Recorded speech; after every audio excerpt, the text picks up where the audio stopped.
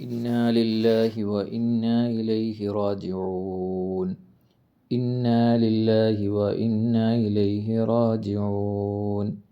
إنا لله وإنا إليه راجعون. ولا حول ولا قوة إلا بالله العلي العظيم. اللهم اغفر لها وارحمها مرحوما نفيسا منور الله مرقدها، واعف عنها وعافها وأكرم نزلها ووسع مدخلها، واعثلها بالماء والثلج والبرد، ونقها من خطايا كما نقيت الثوب الأبيض من الدنس، وأبدلها دارا خيرا من دارها، وأهلا خيرا من أهلها، وزوجا خيرا من زوجها، وأدخلها الجنة وأعذها من عذاب القبر أو من عذاب النار. اللهم اغفر للمؤمنين والمؤمنات والمسلمين والمسلمات الأحياء منهم والأموات، إنك مجيب الدعوات يا قاضي الحاجات. حيينا ربنا بالسلام وأدخلنا دار السلام. اللهم اهدنا الصراط المستقيم، صراط الذين أنعمت عليهم من النبيين والصديقين والشهداء والصالحين، وحسن أولئك رفيقا. يا الله يا رحمن يا رحيم، يا الله يا رحمن يا رحيم، يا الله يا رحمن يا റഹീം. അഹ്ബാബുൽ മുസ്തഫയുടെ മെമ്പറായിരുന്ന മർഹൂമ നഫീസ ഉമ്മ നമ്മിൽ നിന്നും വിട പറഞ്ഞു. അല്ലാഹു സുബ്ഹാനഹു വ തആല അവരുടെ സൽക്കർമ്മങ്ങളെല്ലാം അല്ലാഹു ഖബൂൽ ചെയ്യട്ടെ.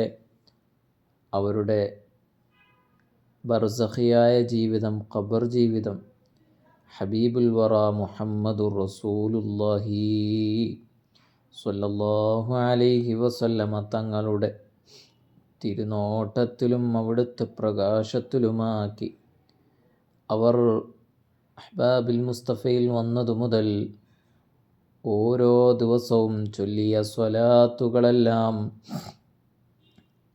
ഖബറിൽ പ്രകാശപൂരിതമായി എത്തിച്ചു കൊടുക്കണേ അല്ലാ.